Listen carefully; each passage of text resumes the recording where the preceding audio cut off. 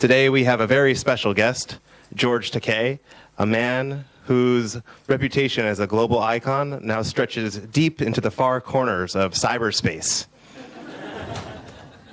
I also want to thank Dr. Mariko Ijima from Sophia University, who will be our moderator later in the program. But for now, I'd like to direct your attention to the screen, where we'll show you a short video about what George Takei means to us as Americans. Thank you. I was a child during the 1960s, which was a really tumultuous time to be growing up in America. African Americans were fighting for their rights. Hispanic Americans were fighting for their rights. Asian Americans were treated abominably in our country. There was still rampant anti-Semitism. It was really scary to be a child. But once a week for an hour and see a vision of the future in which an African American woman could be an officer on a starship, an Asian man could drive a starship, a Russian could sit on the bridge of that starship and work together, work for a captain who was from Iowa, and gave me enormous interest in the future. When I was growing up, we really didn't see many Asian faces on TV. We were invisible, really, in the media in America. So for a young Asian American, it was hard to find a role model, hard to find a hero that had the same face that I did. So it was incredible for me to turn on the TV and be able to see someone, an Asian American man, who was playing a strong, positive role. He could drive the starship, he could fight. He was someone that all of the Asian Americans I knew looked up to. He has worked hard to support the U.S.-Japan relationship, not only through his wanting to share the Japanese-American experience, but also because of his ancestry.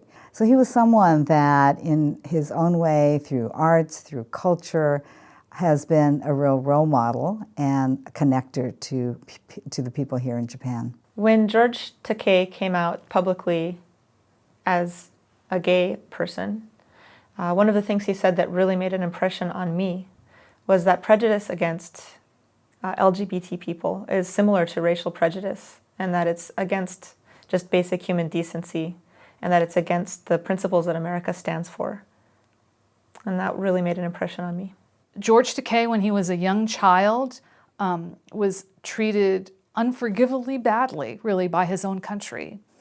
Soldiers with rifles and bayonets fixed to the rifles showed up at the door of his house in Los Angeles, arrested his whole family, took them to stables to sleep for several nights, and then moved them to a prison where they spent the rest of the war and were treated not as American citizens, but as people who were somehow not deserving of our constitutional rights only because of their ethnic background. And it would have been easy for him to give up. But instead, when the war was over, his family went home to Los Angeles. He went to college. He got a degree from UCLA. He earned a master's degree from UCLA, and he became an actor. George Takei has been really successful with social media. He's got over 7 million likes on Facebook and over 1 million followers on Twitter, which is absolutely incredible.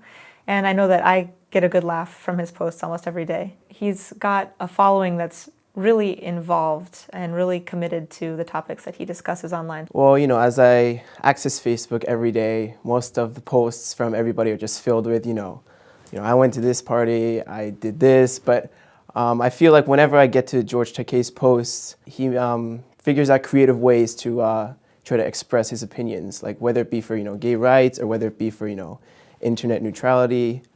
They're just extremely relatable. Even if I didn't know, the whole, what happened in the whole Star Trek series, like his posts are like sort of organized to fit, anybody. So Asian Americans, I think, are still underrepresented in the political scene in the U.S. So to see someone like George Takei go into politics and take on the difficult issues and actually take a leadership role, actually attempt to provide a voice to contribute to the political dialogue in the United States was inspiring. And I think that is one of the main reasons I wanted to go into government and aspire to a position of leadership in our government as well. And I'm sure that I speak for millions of other Asian Americans when I say that. And George is really a Renaissance man. He has reinvented himself and has been able to now, with an upcoming musical about the Japanese American experience, find a way to share that story to millions. So he's someone who I really admire and have certainly learned a lot from, but know his passion and his belief that he can make a difference.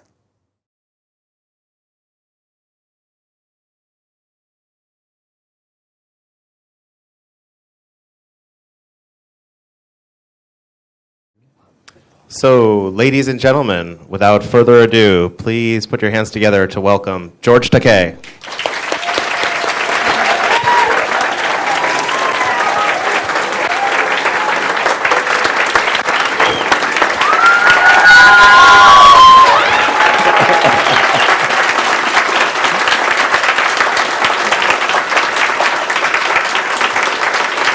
Thank you. Thank you very much. That greeting was like at a Star Trek convention. Well, I am a veteran of the Starship Enterprise.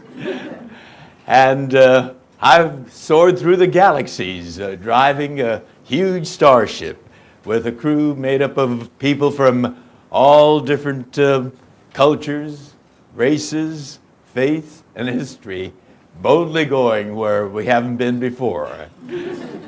And that was my acting career. But in my own life, I've boldly gone on many adventures, you might call it, because I'm the grandson of immigrants, Japanese immigrants from, Japanese immigrants from Japan, obviously, who boldly came to America to build a new life in a new country. My mother was born in Sacramento, California, and my father was a San Franciscan. And they met and married in Los Angeles, and that's where I was born. On December 7th, 1941, Japan bombed Pearl Harbor, and the world was plunged into another world war. And the United States was swept up in hysteria. And that hysteria was catastrophic for Japanese Americans. They looked at us with suspicion and fear and outright hatred simply because we happened to look like the people that bombed Pearl Harbor. And that hysteria grew and grew until the President of the United States signed an executive order ordering all Japanese Americans on the west coast of the United States, approximately 120,000 of us, to be summarily rounded up with no charges, no trial, no due process, which is the core pillar of the American justice system, and imprisoned in 10 barbed wire prison camps in some of the most desolate places in the country. Can you imagine the blistering hot desert of Arizona, the sweltering swamps of Arkansas, the wastelands of Wyoming, Idaho, Utah, Colorado, and two of the most desolate places in California? On April 20th, I celebrated my 5th birthday. And only weeks after my birthday, my parents got us up one morning, my younger brother, my baby sister, and me, up very early that morning, and they dressed us hurriedly. And my brother and I were in the living room looking out the front window, and we saw 2 soldiers marching up our driveway. They had bayonets on their rifles. They stomped up the front porch and banged on the door. My father answered the door, and we were ordered out of our own home. My father gave my brother and me small luggages to carry, and we went outside and waited in the driveway for my mother to come out. When she came out, she had our baby sister in one arm, a huge duffel bag in the other, and tears were streaming down her cheeks.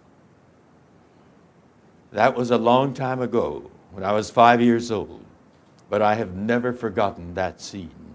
It's seared into my memory. We were put on a train with other Japanese American families, with armed soldiers on both ends of each car, like they were guarding criminals. And we were taken 2/3 of the way across the country to the swamps of Arkansas. It was a journey of 4 days and 3 nights on wooden benches. I still remember those barbed wire fences that confined us. I remember the tall sentry towers with the machine guns pointed at us. I remember the searchlight that followed me when I made the night runs to the latrine. But to 5-year-old me, I thought it was kind of nice that they lit the way for me to pee. I was an innocent child, unaware of what was going on around me. Children are amazingly adaptable. What would be grotesquely abnormal became my normality behind those barbed wire fences. It became routine for me to line up 3 times a day to eat lousy food in the noisy mess hall. It became routine for me to go with my father to bathe in a mass shower. It became normal for us to live behind those barbed wire fences. When the war ended, we were released with a one-way ticket to wherever in the United States that we wanted to go, and $25 each. My parents decided to go back to Los Angeles. That was home to us. But the hostility toward Japanese Americans were still intense. Jobs were very hard to get. Housing was well nigh impossible. And we were penniless. Everything had been taken from us. Everything my parents had built all their lives was lost. Our first home was on Skid Row in downtown Los Angeles.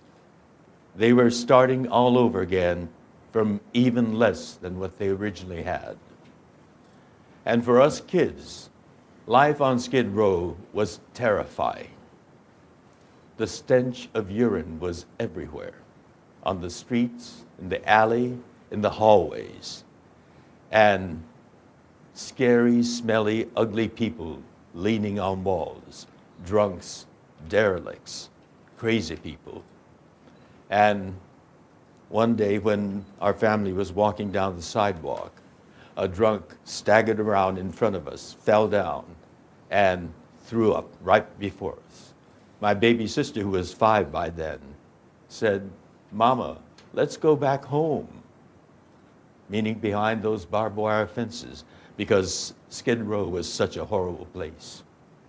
But my parents were determined to get back on their feet, and they worked 24 hours a day. They worked their fingers to the bones, many different businesses. My father had been a block manager, a leadership position in camp, and many of the other people came to him for help. And so he opened up an employment agency to find work and sometimes housing for the people that had returned. And then he went into the dry cleaning business. And then he opened up a grocery store. And with a good sense of timing, when the Japanese American community was finally getting on our feet, he went into the real estate business and helped people find homes and businesses.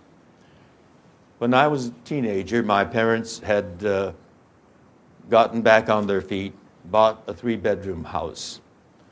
And I started reading civics books, which told me about the shining ideals of our democracy. All men are created equal. We had inalienable rights to, I'm going blank, life, liberty, and the pursuit of happiness. we've been traveling. We got over jet lag, but still, we get up early in the morning and the mind doesn't quite, life, liberty, and the pursuit of happiness. And I couldn't quite reconcile that with my childhood imprisonment. So I read history books, and I read nothing about our imprisonment in history books. And so I engaged my father in long after-dinner discussions. We had many, many discussions. Some of them became very intense. But what I got from those discussions and my father's wisdom was his telling me that our democracy is a people's democracy. And it can be as great as the people can be, but it's also as fallible as people are. Our democracy is vitally dependent on good people who cherish the ideals of our democracy, to be actively engaged in the democratic process. It's a participatory democracy. And if good people aren't participating, by default, there will be those that will manipulate or use the system to their advantage. And one Sunday afternoon, he said, "Let me show you how democracy works." And he took me to the campaign headquarters of the Adlai Stevenson for President campaign. And campaigning is a lot of fun. You're working with a lot of people. You have a person that you've selected to support. He stands for something, and he has an eloquent way of communicating what he stands for. And so I enthusiastically became part of that campaign. I leafleted on the sidewalk, made phone calls, stuffed envelopes, the whole thing that goes with a campaign. And the suspense builds, and there's a debate, and he did well, and yay, we're on our way. It's going to be happy days are here again. And election night. And as you well know what happened in the Stevenson campaign, he did not win. General Eisenhower did. But you don't give up in a democracy. You keep on keeping on. And so I was involved with other campaigns for senators and governors and mayors, and also in many social justice issues. I was involved in the civil rights movement, inspired by the words of Dr. Martin Luther King.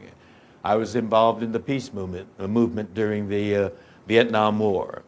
And in the 70s, when a campaign began in the Japanese American community to get redress and an apology for that unjust imprisonment during the Second World War, I threw myself into that campaign.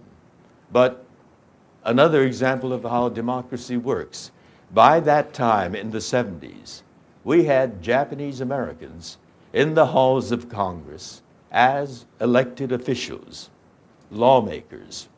In the U.S. Senate, we had 2 Japanese Americans, Senator Spark Matsunaga from Hawaii, and a veteran of the Second World War, Senator Daniel Inouye, who had lost his right arm on a battlefield in Europe. He was the senior senator from Hawaii. In the House of Representatives, we had from Hawaii again a woman, Congresswoman Patsy Takemoto Mink, and from California, from San Jose, Congressman Norman Mineta, and from Sacramento, Congressman Robert Matsui. They gave leadership in Congress, and we organized in the communities. And then we went to Washington and lobbied the congressmen. And when they had the congressional hearings to gather information on the internment, I testified as a youngster in the internment camps. And a triumph of democracy. In 1988, the Congress passed the Civil Liberties Act, which authorized the president to officially, on behalf of the government, pledge a recompense for the unconstitutional incarceration. And the President of the United States, Ronald Reagan, on behalf of the government, apologized for that horrible mistake that was made in history and pledged a token recompense for that incarceration. It was a thrilling moment, and where we ultimately prevailed. Democracy ultimately prevailed. It takes a long time sometimes, but ultimately, with the people actively engaged, it will prevail. And this is the lesson that my father taught me. But my father did not live to see that day. He had passed in 1979. The man in our family who suffered the most, who felt the sting of the internment the most, did not live to see that day in 1988 when President Reagan apologized. All this time, when I've been actively engaged in social justice issues and supporting candidates who personified that, there was one issue that was closest to me, that was organic to me, that I was silent about throughout that time. From the time I was about 10 or 11, I was discovering that I was different in more ways than just my Japanese face. The other guys would say things like, "Monica's hot," or "Sally's cute." I thought Monica and Sally were nice. But who really excited me was Bobby. And I knew that I was different. I wasn't like those guys. But, you know, when you're a teenager, you want to belong. And I had the talent of acting. So I acted with the guys and said, "Yeah, Monica's hot." And when they started dating, I started dating girls too. And I frequently double dated with buddies. We went out and we had a lot of fun with my date and with my buddy. But actually, I was more interested in my buddy than in my date. And when you're living that let's pretend life, there's a tension that develops in you. You don't want to cross that line where you might really show how you feel about your buddy. And so you're restraining yourself. But then as you grow up, you discover that you're not so alone, that there are others like you. And then you go a little bit older and you discover gay bars. And you discover that there are places where people like me gather. And there are friendly people, camaraderie. We can relax. I can put my guard down, I thought. But then I learned from some of the older people in the bars that occasionally the police raided bars. Here were people just getting together and relaxing and enjoying each other.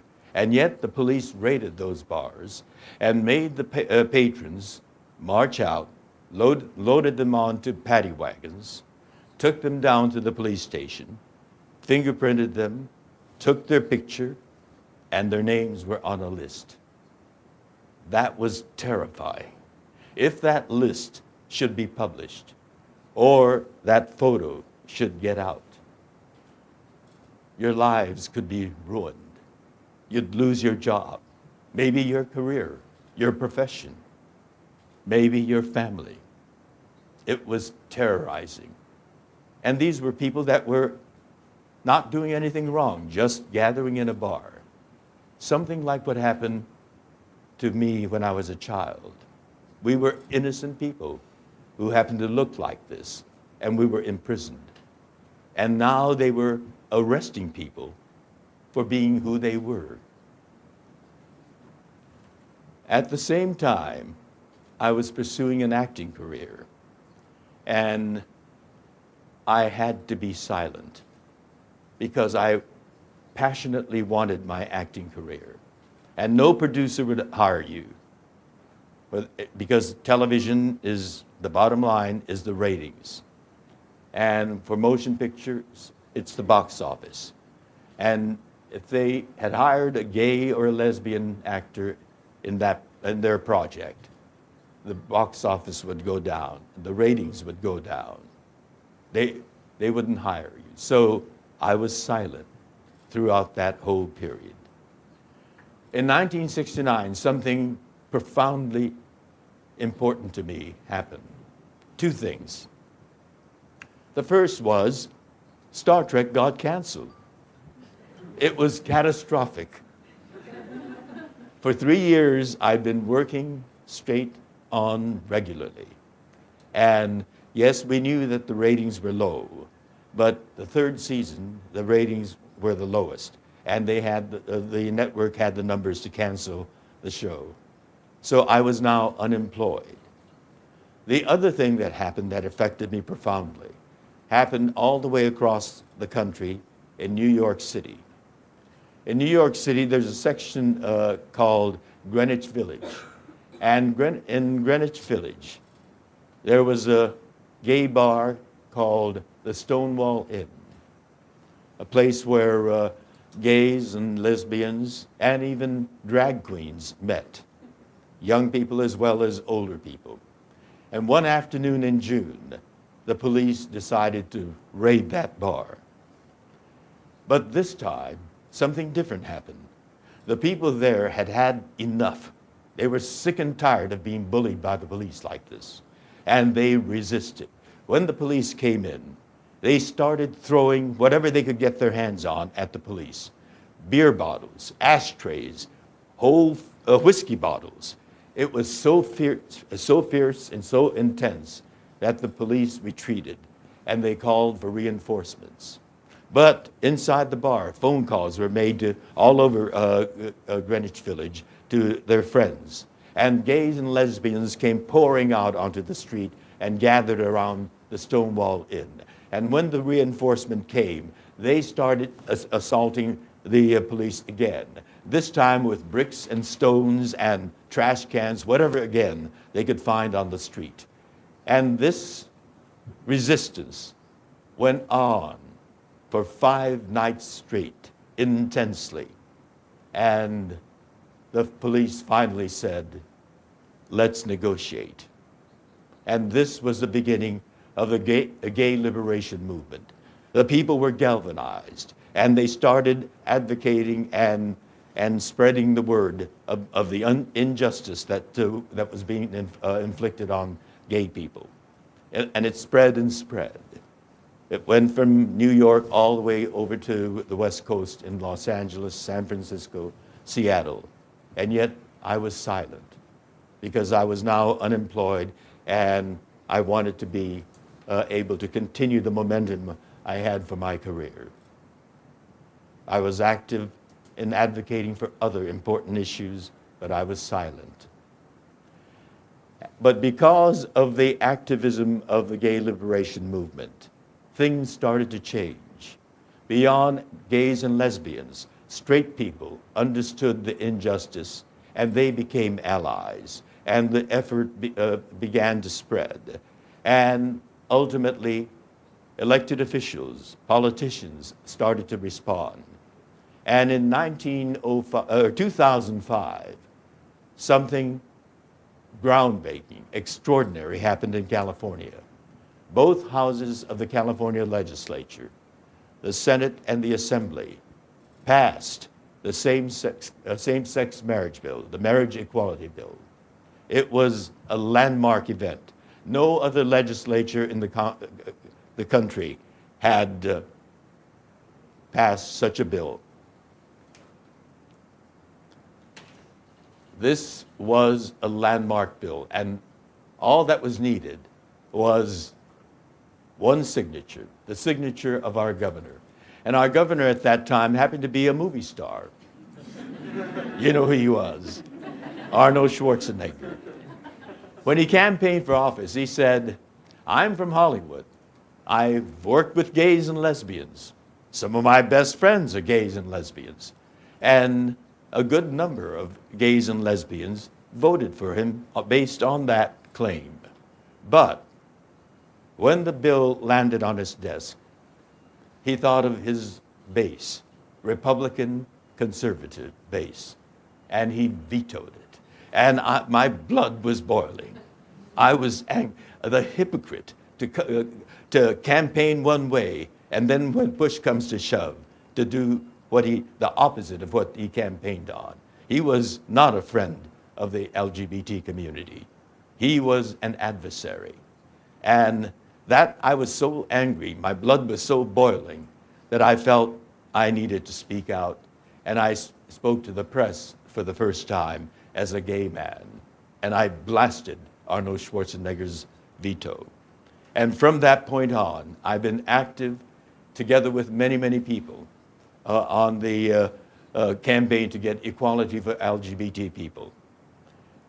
There were organizations, the Human Rights Campaign, and with the Human Rights Campaign, I went on a nationwide speaking campaign.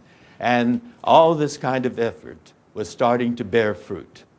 In 2008, the California Supreme Court, now this time the judicial route, said marriage equality is constitutional in California. And the person who had been my partner for 21 years up to that time, Brad and I were able to get married, and it was a joyous event. Let me introduce you to my hubby, Brad Piquet.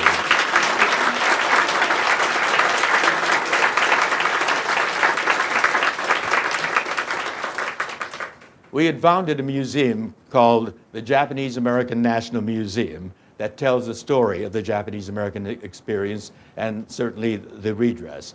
And we have, it's a 3-building complex. We have a third building that is a forum-shaped theater where we have symposia, lectures, debates, etc. And we love the idea of getting married in the forum of democracy, because democracy is what made our marriage possible. And so we had a joyous wedding there, and both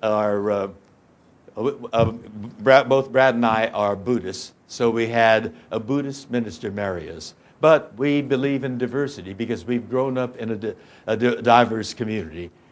We got a Mexican-American Buddhist minister to marry us. And the wedding party was escorted from the Democracy Forum to the Great Hall of the Japanese American National Museum across the plaza by a Scottish piper. Bagpipe music led us from one building to the other. We love the idea of diversity. We love the sound of the bagpipe music.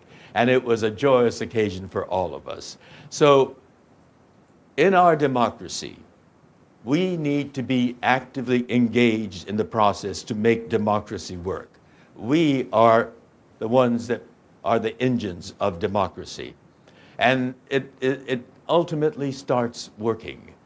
Recently, a California field poll was taken, and they found that 78% of people under 39 support equality for LGBT people across the board, not just marriage, but employment equality, the whole thing. I love young people because they're the future of our country. And I particularly love straight young people because they're going to be making the gay babies of tomorrow. We are all children of straight people. And that's why we are advocating for equality, because we are literally members of the family. My parents were straight. My brother and my sister are straight. We are literally flesh and blood kin. And why people would deny the same rights that they enjoy to their son or daughter, brother or sister. Think of it that way. We are family.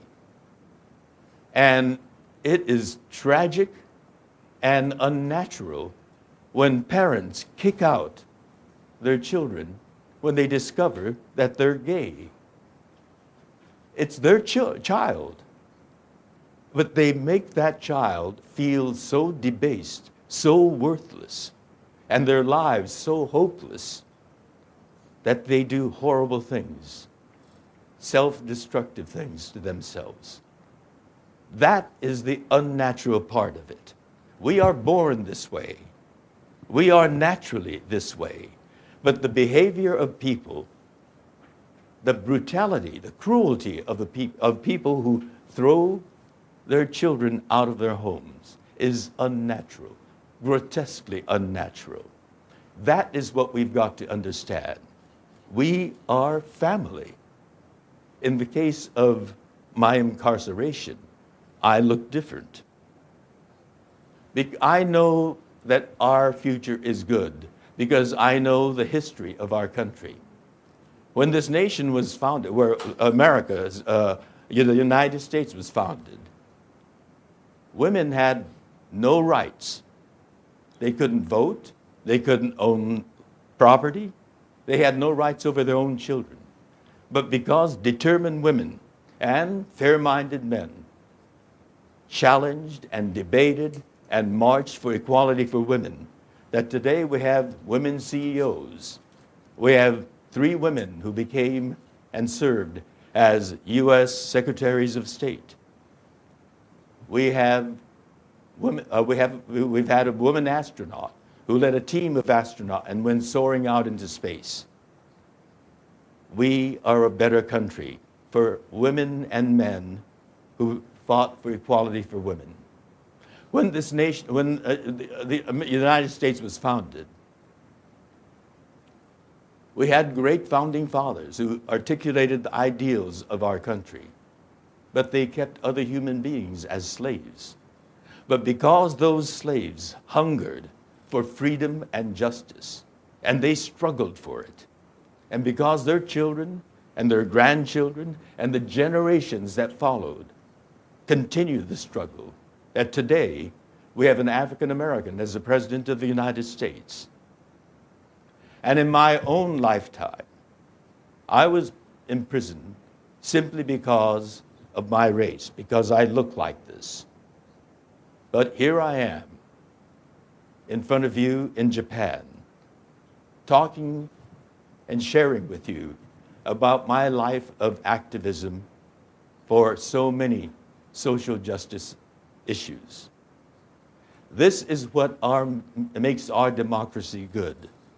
Our democracy is a dynamic work in progress, and we are all working together with all good Americans, people in our country, to make our democracy an even truer democracy, and to make our country an even better America.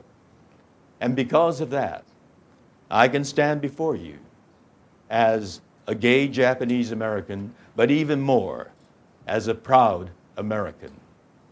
Thank you very much.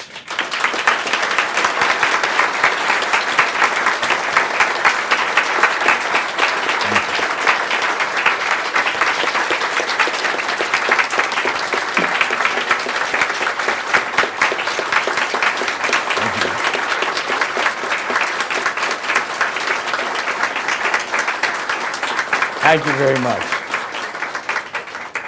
George, thank you so much for that. We're going to have a very short pause while we reconfigure our stage, so please stay with us. And our audience that's watching over the live stream will be taking questions from you as well. So please rejoin us in just a few moments. All right, and now we're going to turn it over to our question and answer part that's going to be led by Dr. Mariko Iijima from Sophia University. Thank you.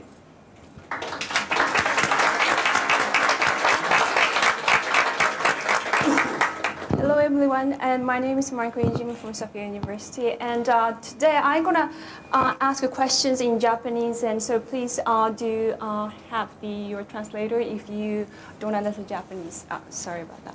Okay, それではですね、素晴らしいお話をまず Thank you どうも very ありが much とう for ご your ざいました。 wonderful presentation. 個人のご経験、日系人としてのご経 You 験、 spoke それから about your LGBT personal の experience as 方としての Japanese ご経験 American, から also your experience as an LGBT individual, and you explained about the situation of American society and talked about the current and future democracy of the United States. And your speech was very inspirational, and I was very much moved. I'm a researcher, and I tend to ask researcher kind of questions, but I'm sure we have a big audience today, so I'm sure you have questions as well. But let me ask 3 questions. First, which are, well, we got 72 questions pre-submitted to us from the audience members, and I tried to combine them, and I came up with these 3 questions. My first question, I'm sure there are many Star Trek fans amongst the audience today. So, my question is about the Star Trek, and you played the role of Sulu. And in your autobiography, To the Stars, the Japanese title is Hoshi ni Mukatte. The Star Trek was written by Gene Roddenberry, and when he asked you to play Sulu, he looked for someone who can play that Pan-Asian role, and he specifically asked you to play Sulu like a Pan-Asian. In the 1960s, in the mid-1960s, Star Trek was created. In the society, the civil rights movement was going on, and African Americans were very active. And inspired by them, I believe many Asian Americans started to stand up and fight the discrimination. And I think the Asian American community became more together. And you played Sulu against that background. So, what kind of ideas did you have when playing Sulu? And what was the most challenging thing about playing Sulu, or what was the most enjoyable experience of playing Sulu? Gene Roddenberry's philosophy shaped Star Trek. The Starship Enterprise was a metaphor for Starship Earth, and he believed that the strength of this starship lay in its diversity coming together, as I said at the beginning of my talk. People of different races, people from different cultures, people of different faiths, all coming together. And that made the starship that much stronger, more creative, to be able to see a common challenge from many different angles, made it possible for us to solve that challenge that much more thoroughly. And my character was to represent Pan-Asia. The character of Uhura, a woman from Africa, was to represent that part of the world. The captain was a North American, but it was very interesting that he was not played by an American, he was played by a Canadian. And Europe was represented by the engineer, a Scottish engineer. But he too was not Scottish nor European. He too was a Canadian. And he was an Irish Canadian.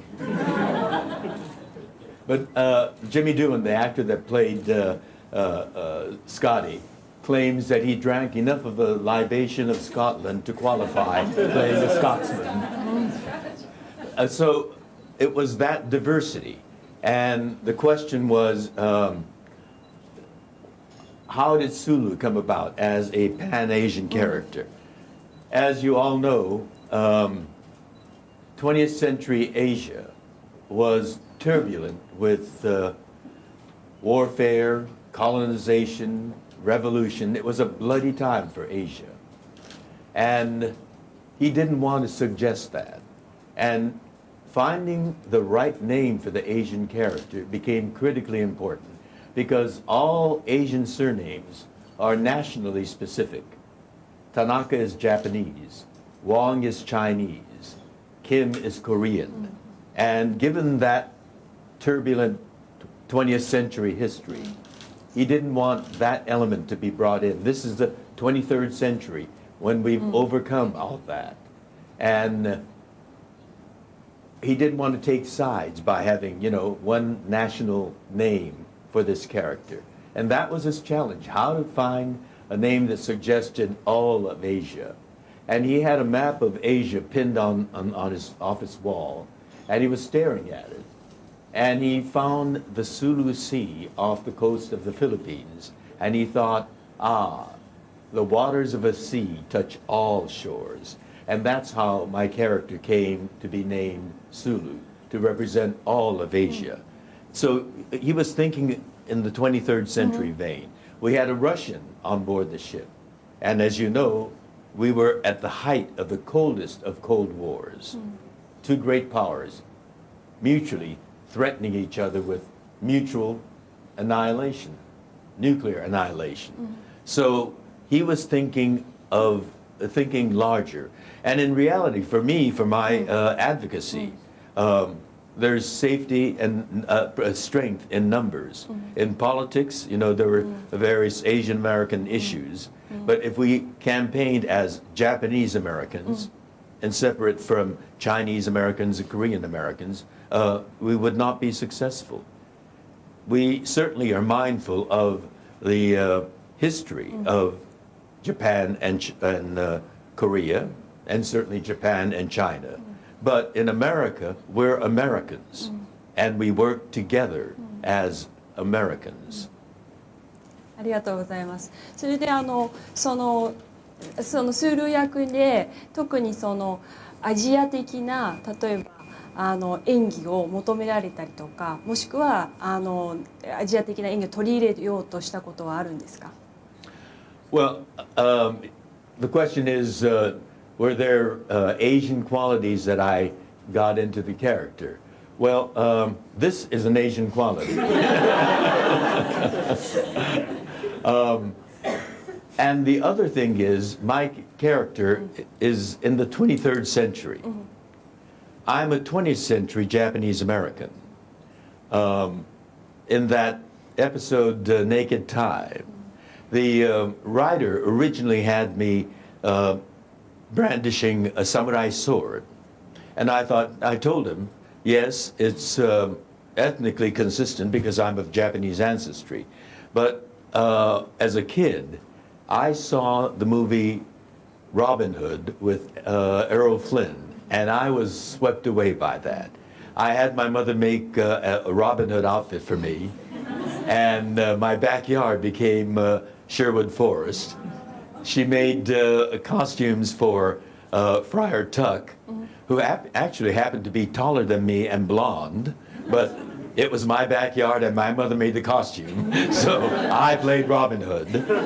And Martha Gonzalez was made Marion, And so I told the writer, I'm a 20th century Japanese American, but when I was a kid, I was, fencing. Let's pretend fencing. And so wouldn't it be fun if 23rd century Sulu saw his heritage as not narrowly defined by ethnicity, but a broad earth history. And why don't we put a fencing foil in his hands? And he agreed. And I had the most fun with that episode. Got to take my shirt off, and Bill Shatner was very jealous. ありがとうございます。それでは2点目の質問に行きたいと思うんですけれども、参加者の方からですね、いろいろとコメントがあった中で、特にやはりマイノリティとして、 Many people ask questions on minority, being minority. You're Japanese American and you're also LGBT and sexual minority. それ自体非常に So you やはり have アメリカ社会で these two elements. 生きていく中でいろいろと難しい点が非常にあると思うん Was です it difficult for you to live in the American society? But But you've decided to come out And I'm sure you faced more challenges by doing so. So, what was the most difficult thing for you so far, and how did you overcome that challenge? So that's my first part of my question. As a Japanese American who had been in prison, albeit unjustly, nevertheless, when you're young, you feel kind of guilty because the government put you in a prison camp. And so I felt a burden being a Japanese American. But then my father's guidance, he said, we need to be proud of who we are. You need to be proud of who you are. You're going to be doing wonderful things. I mean, he was a wonderful father. He really was my hero. And that's why he introduced me to electoral politics, taking me to the Adlai Stevenson campaign. And he said, you have to have confidence in who you are. And that support from my father and his guidance made me not feel that thing of guilt for being Japanese American. The most difficult was when I realized I was gay and I wanted to pursue an acting career and to live a double life. You know, as an actor, you sometimes have to go to certain parties or to go to screenings and be seen. And so you take a beautiful young lady with you. And so you live that double life, one for publicity and for my career. And then later that night, I might be in a gay bar. So, you know, living a double life and one that's very public is very, very painful. You feel you have to be on guard all the time. And there's that horrible tension. And I lived with that tension most of my life until 2005. And when I had that press conference, I felt very liberated. I could be me. Because all during that, I knew that there's nothing wrong with me being who I am. I am who I am because I had that experience of being a Japanese American in prison. And my father told us, there's nothing wrong with us. It's the failure of our democracy. And our democracy is made up of imperfect people. And they made a horrible mistake. They make the mistake. If you know that you're right, be proud of that.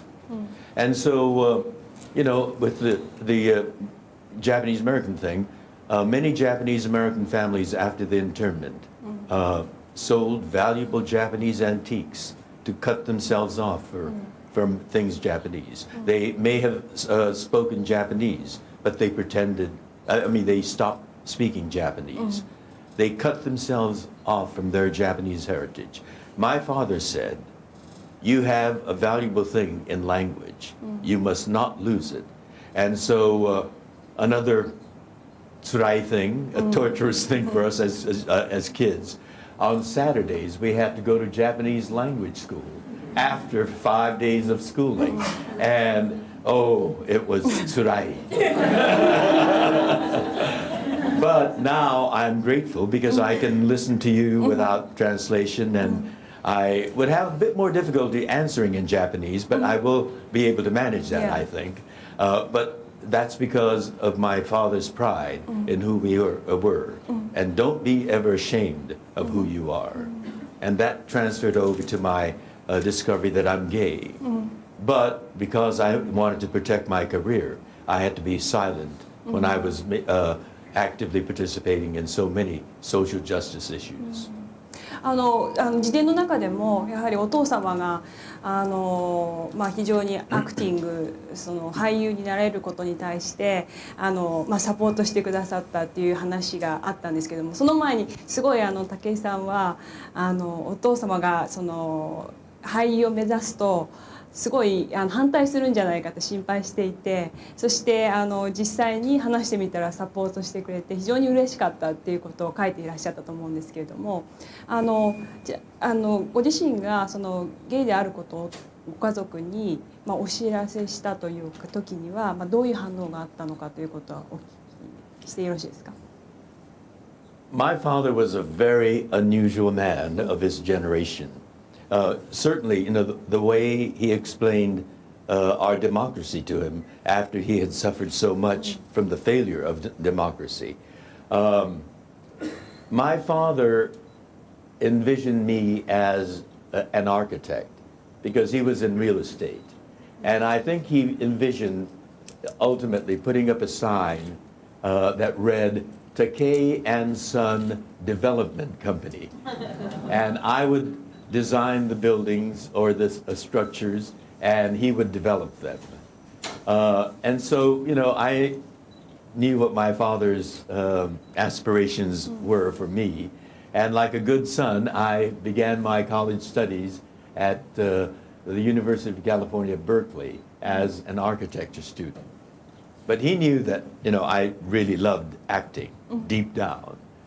And after 2 years studying architecture, I sensed acting going farther and farther away from me.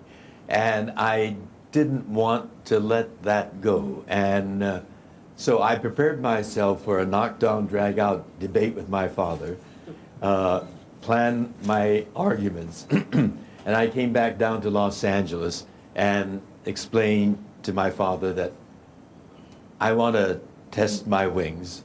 I want to go to New York and study at the Actors Studio. And I told him, that's where all the greats are coming from. Marlon Brando, Montgomery Clift, James Dean. And my father said, you can stop right there. I know all about that. I did some research on the Actors Studio. He was prepared. He said, you can study acting there, but when you finish there, they won't give you a diploma that says you're legitimately educated. Your mother and I want you to have that.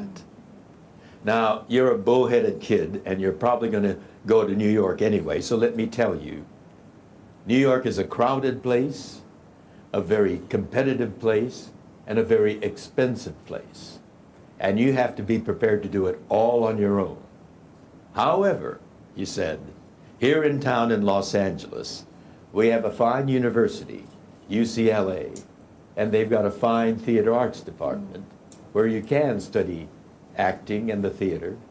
And when you finish at UCLA, they will give you that documentation that we want from you, a diploma.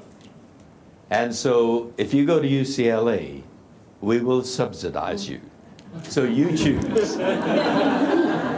New York on your own or UCLA with subsidy. He was a good deal maker. I couldn't say no to his deal.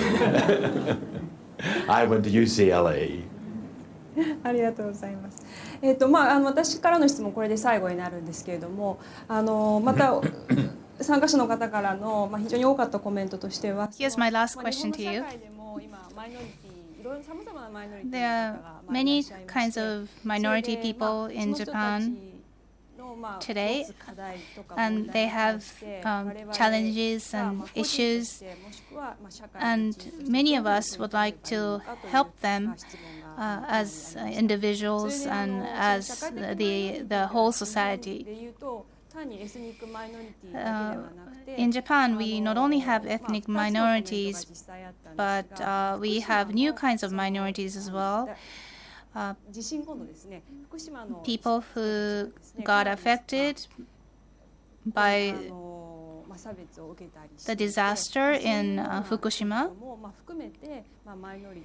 So those people, by some interpretation, are considered to be minority as well. And minority people are being discriminated in Japan. So here's my question.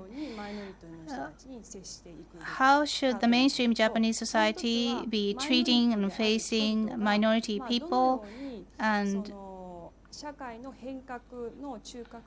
how can we utilize minority people to change our society? You're talking about two different kinds of discrimination. Racial discrimination or discrimination against LGBT people is one thing, and what you call discrimination against the victims of radiation is something else. Because racial discrimination or discrimination against LGBT people is irrational hatred. But the wariness of getting near people with radiation is self-protective. You know, they have radiation, you don't want to get that. Or someone who obviously is very diseased, you don't want to get that person's disease, so you stay away from it. So that's not discrimination as we define it to be for the irrational discrimination against race or LGBT people. So those two being understood, if a person is irrationally discriminatory against, say, LGBT people, what's the reason for it? It's social disapproval. If your child is gay, are you going to put that social disapproval above and more important than your love for the child? You know, the core unit of society is the family. And what binds a family together is love. And to put something artificial, like social disapproval or some belief and reject your flesh and blood is unnatural. In fact, you know, we've known what might happen to that child, and that's grotesque. So that kind of discrimination based on irrationality and ignorance cannot be tolerated. You know, we talk about tolerance, but I'm very intolerant of intolerant people. And with the other kind of fear of catching a disease or radiation, I think that has to be dealt with knowledge of that disease. But I wouldn't call that discrimination. そうですね、その通り福島の人々に対する差別というのはエスニックマイノリティとかセクシュアルマイノリティの人とはもちろん違うとは思いますね。それで私もそれは非常に認識しているんですけれども。Discrimination against the people from Fukushima is different from the discrimination against the LGBT or the ethnic minorities. What I found interesting is that the issues related to Fukushima is about the socially disadvantaged people, and activists are trying to figure out how to deal with them. So they are trying to find some ideas from the way that discriminations were fought when there was the ethnic minorities or the LGBT people were discriminated against. So in Japan, compared to the United States, socially disadvantaged people are overlooked. They are not given the attention enough. So I would like to know what kind of message you have for the people in Japan who are not in the mainstream society in Japan. I am an American, and I don't know the nuances of Japanese society. I am of Japanese ancestry, but I am culturally American. And I can only share with you what we have accomplished in the United States. when you have discrimination, which is based on irrationality and ignorance, to deal with that, and that irrationality and ignorance is widespread, then what has to happen is it has to come from the people of that society. We can't advise you on it, but you, knowing the nuances of culture, you have to find a way to communicate the irrationality and the unjustness in terms, well, I mean, as I said before, just that unnatural thing of straight parents rejecting their different offspring is unnatural. It's shameful. And if you want to deal with it, people who know the sensibilities, who know how to deal with the societal disapproval, have to do it. How we did it in the United States is, as I said, the Stonewall resistance galvanized people, and more people got involved. And it helps to have people, diverse people, come out. Recently, a professional football player, a very macho arena, Michael Sam, came out as gay. That was a powerful revelation of football, professional football hero. And if a doctor, a very respected position, or a college professor, or an engineer, so that, because gays and lesbians are all over society. It's the straights that have produced us. And if that gets communicated, that we are part of the family and part of society and contributing to society, then the irrational people look really irrational. That's putting them in their place. And then change starts to happen. But, the Japanese particularly, the family is the core.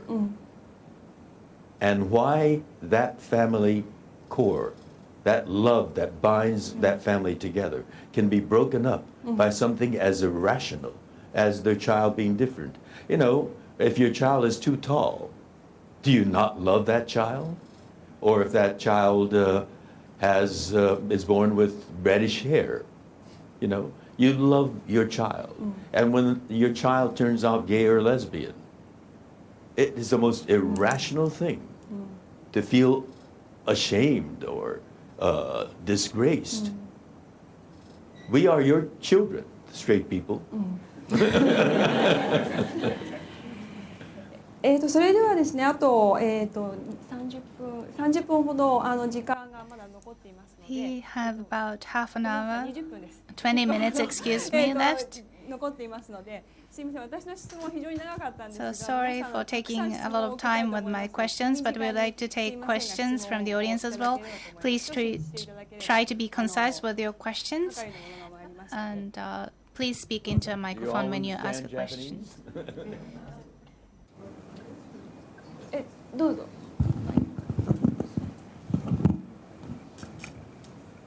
じゃあ日本語でお聞きします。Mr.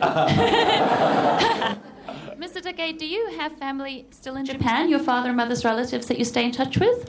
All my older relatives have passed, but I have a cousin, my mother's older brother's son, who lives in Hiroshima, and I'll be seeing him and having dinner with his family next Tuesday. In Hiroshima, my husband is from Hiroshima. Yeah. Ah. Thank you. My maternal grandparents came from Hiroshima. Great. Hope you had a good time. Thank you. Have you gone to Miyajima? Yes, many times. We My husband love Miyajima. my husband is from Fukuyama. Ah. 福山。はいはい。夫が福山市の出身で、はい、ありがとうございます。日本語の方がよろしいですよね。どこですか？はい。 Should I speak in Japanese? 私自身小さな団体で日本にパートナーシップ法、セームセックスパートナーシップローか、I try to marriage equality を達成しようと思って I 活 try 動 to してい achieve る the 団 marriage 体の一人 equality で in す。Japan in a 先ほ very ど small group. おっしゃった通り、 As you said ある意味 earlier, で有名人あるいは Your celebrity, エスタブリッシュ you are された well-known, 組織の established 中の人々 an あるい actor, は and there are 尊敬 groups される that 職 are 業の人々がもっとカムアウトしてくれると and 私たちの日本での organizations その that think that 活動がや the りやすく people な in る a と思っています respectable がなかなかというかほぼ日本の場合はゼロ occupation です。 would で make it 武井 easier さん自身も for our groups 2005年 if ま they で come out. カムアウトできなかったよ And うに簡単な問題 as では you ないと said 思いま that you すが couldn't come out 何 until か2005, so 良い it's モ not チ an ベーシ easy ョ thing ンを to do. まあ But セレブリティーズとか what 有名な kind 人 of に motivations 与えることが would で be きるでしょう given to celebrities 何 and か people in 良 a いアイデアあり respectable ますでしょう occupation か to come out? Well, What I kind can of only ways would share be with you useful? my personal experience. Arnold Schwarzenegger's veto had me so mad. My blood was boiling. And I said, okay, the heck with my career, you know. I'm going to get my piece out on Arnold, and he's ruined my career, I'm going to ruin his. It was that meanness coming out of me. My father didn't teach me that. I'm not going to put that on him. Would you like to? Yeah, she has a question. Mr. Take, thank you very, very much for your wise words and always very inspirational. As a professor at university, I was so glad to see you yesterday in Kyoto, inspiring Japanese students and international students alike. So my question is related to that. In fact, I'm hoping that you could give some advice to students in Japan on the brink of going boldly somewhere, perhaps abroad in business or international relations, to help them specifically deal with issues such as identity and ways to really take in the differences abroad and the differences at home as well, and making them and helping them be, well, I guess, more contributing members of the world. And taking you as an example, yes, I really would like to hear you give students across the board some good advice in achieving that. And if possible at all, Mr. Take, I would love to hear you literally speak to them personally at our university at some point. Which university is that? Nihon University Mishima campus. Where is that? That's in Mishima City. Mishima City. A few hours on the Shinkansen, in Shizuoka Ken. Shizuoka. Yes. So, yes, some advice if you would. Well, thank you. Well, if I can respond on the flip side, I'm on the board of the U.S.-Japan Bridging Foundation, where we send American youngsters from throughout America to Japan to study. And we do that because, well, let me describe the program. We want from the students that we select people who have studied enough Japanese to be somewhat conversational, so that they, show that they've taken the initiative that far. And we want the people that we select to be diverse, not just ethnically, but geographically as well, from Maine to California, from Florida to Washington State, and also to be diverse in their areas of study. Someone in medicine, or someone in engineering, or someone in in history, or someone in the arts. So we want to get that diversity as well. And we send them to Japan. We've arranged with about, not quite 24, about 18 or 19 universities to provide a year's study on Japan studies in English, because their Japanese won't qualify them for university level Japanese. So they study for a year here at various universities from Hokkaido to Okinawa. And they stay with Japanese families, homestay.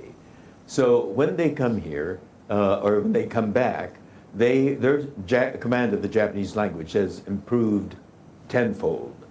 And they know modern Japan. Their horizon's been widened.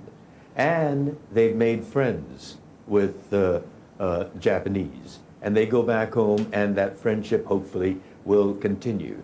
In fact, you know, at our board meetings, sometimes the staff selects letters that people have sent after their stay in Japan. And one I still remember, a West Texas, a Mexican American who spoke Japanese was selected. And when he left for Japan, his abuelita, Spanish for grandma, came out and pressed a $10 bill into his hand and gave him a hug. And he spent the year here living with a Japanese family, which had an obachan. And when he got ready to leave back home for Texas, his obachan came out, gave him a hug, and put I don't know the Japanese money yet, 10,000 yen, is that about $10,000? I mean, $10? Oh, well then 1,000 yen. About 1,000 yen into his hand and gave him a hug. And he came back, and he's maintained that relationship with his Japanese obachan and his family. But it's that kind of relationship, you know, that makes for a better world. And people find their identities having a lot of options then. Like here you are, an African American teaching in Japan for how long? Actually, I'm Dutch. So there you are. You are a world person. Yes, yes, yes. This is my husband, by the way, sorry. Ah, married to a Japanese Starfleet officer. Bravo. Thank you so much. Thank you very much. それとあとツイッターからの質問が一つありまして。There was a question from the Twitter and the improvement of the status of the LGBT people. How should it be done and proceed in the United States? So how the activities for the improvement of the status of the LGBT people should be done? June, the Supreme Court of the United States ruled that states that constitutionally approve marriage equality, that marriage will be recognized by the federal government. And 2 weeks ago, in 1 week, 2 states came on board, Oregon and Pennsylvania. That makes a total of 19 states and Washington, D.C., our national capital. That's almost half the country, 44%. But we are the United States of America. On this issue of marriage equality, we are not united. But another quarter of the states have had their state constitution that was amended to ban marriage equality have been ruled unconstitutional. And they are appealing that to the Supreme Court. So we know what's going to happen to that quarter of the states. And there's another quarter of the states where the ban on marriage equality in their state constitution is being challenged, and it's yet to be ruled on. But I'm confident that with the Supreme Court ruling that we will, within the next 2-3 years, have the United States of America, truly united in equality for people. Our democracy is one that continues to expand equality for more and more people. As I cited in my talk, women did not have equality when we started out, and certainly slaves did not have equality. But throughout our history, we've been expanding, and now we're starting to recognize that that invisible distinctiveness, being gay, lesbian, bisexual, and transgender, is being recognized and equality being extended to them. Because when the Supreme Court ruled last June, it was a case where 2 women who had been together for more than 40 years had built their estate together in concert, but one passed away. And the surviving spouse was looked at as a total stranger. And so when she received her deceased partner's portion of the estate, she was heavily taxed for gift tax. If they were straight, one was a man and the other a woman, there would be no tax. That woman, Edith Windsor, had to pay $360,000 in taxes for what she and her partner together worked for. It was grossly, outrageously unfair. And so the Supreme Court ruled as they did, and the $360,000 was returned to her from the IRS. So that's what working together in concert for justice, for rationality, and equality will produce. We're becoming a better and a truer democracy, slowly but surely.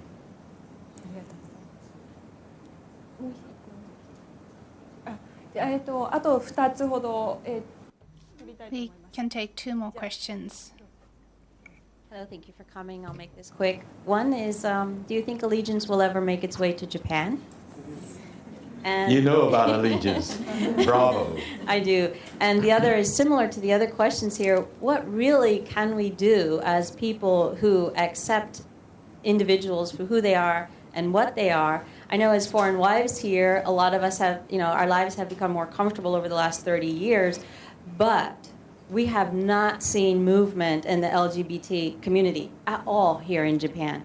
And I think, like the young man in the back said, we want something, we want to push, and whether it comes from the American government, which helped Japan, actually gave Japan its constitution many years ago, can the U.S. government do anything to help Japan move out of this stagnation with acceptance of individuals?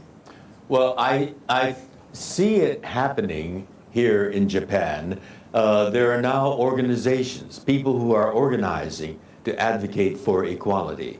That's what happened in the United States. And also, anger does it too. I mean, after Stonewall, those people were angry. And after Arnold Schwarzenegger, I was raging. And so, that galvanizes you. But it takes the people here to do it. I don't know, I can't speak for the government, and I can't imagine what they could do to then, if the U.S. government helped out, it's going to be the U.S. government interfering in Japanese culture and society. It's got to come from the people themselves here. We did it ourselves. We got angry enough ourselves. And maybe you need someone to get you really stirred up. You're too complacent. Well, I'm married to a Japanese man, so I'm okay here. Good.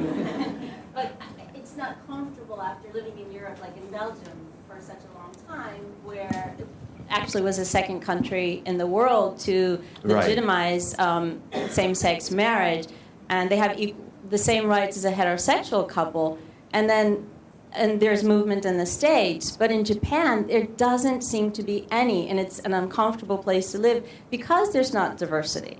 Well, as I said to that person, people have to have the courage to start coming out. People, who are in secure places that are established positions in society, to illustrate, to personify that, we're all over the place.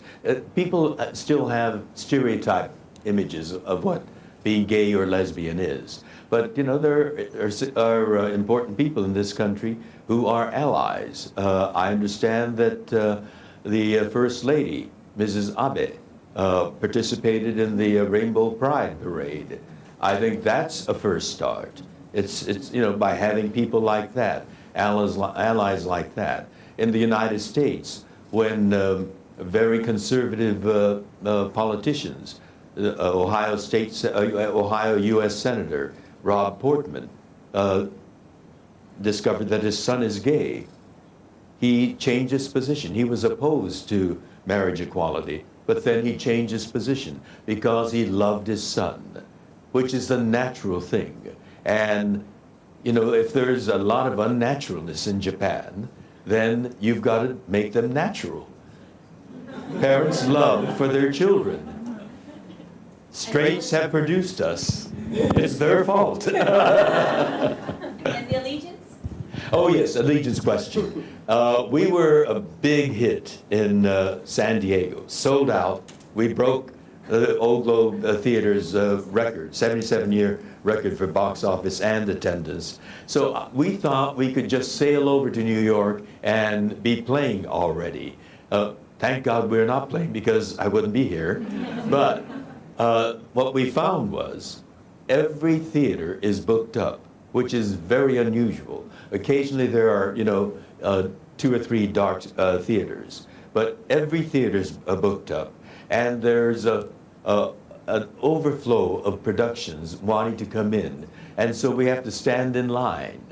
And so we're like vultures perched on Times Square buildings, looking down at Broadway theaters and looking at the weak ones and waiting for them to stumble and ultimately die. And then we fly down and we take over their nest. So in the meantime, you'll come to Japan? That's why I'm here. We're hoping that we get a theater by this fall.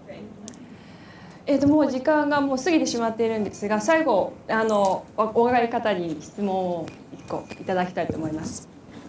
ありがとうございます。今日たまたま来て、僕も上智大学の外国語学部英語学科で飯島先生を知っているんですけど、今までクラス一度も取ったことなくて、で、僕は珍しいかもしれないんですけど、オープンなゲイで、親も知ってるし、My parents know that. 友達もみんな知っていて、 My friends know that I'm gay, and 自分が好きなように Facebook ポストしてい account, て、I upload すごくゲイ anything な I んですけ like, ど、 and I'm really でもやっ very ぱり gay. 日本で住んでて、僕1年間 I カ live ナダ in にいたんです Japan, け and ど、 I やっぱりカナダ studied. と I 全然違っ lived in て、 Japan for in Canada for アラ a イ year, とかゲイの and 友達を作るのもすごく難しいし、 it was very なかなかオ difficult. ープンにならなく It て、 is very difficult for me 辛い to 思い find を gay する friends こと and が年に allies in 何回かある Japan, んで and すけ there ど、 are some 今日 painful ここに来てみて、 experiences here in Japan, ジョージ once さん or の話を twice 聞い a て、 year. 絶対諦めちゃいけないなと思ったし、 when I やっぱ listened り to 自分たちで Mr. ちゃんと主 Takei's 張して story, 変えていく I のは thought 僕た that ちの I 世 should 代なんだ never っていう give のを up. すごく And 思って質問じ I ゃない am ん in です the けど、感 generation 想を to 言いたく change て、 the situation. ありがとうござい And ま this す。 is not a question, but just the comment that I'd like to make.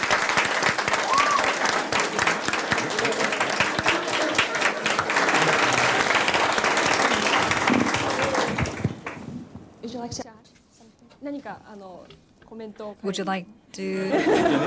Would you like to say it to him?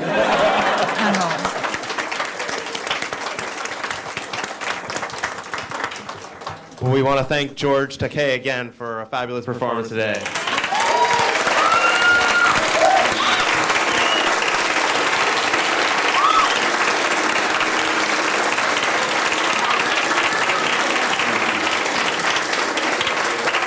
Thank you very much. どうもありがとう。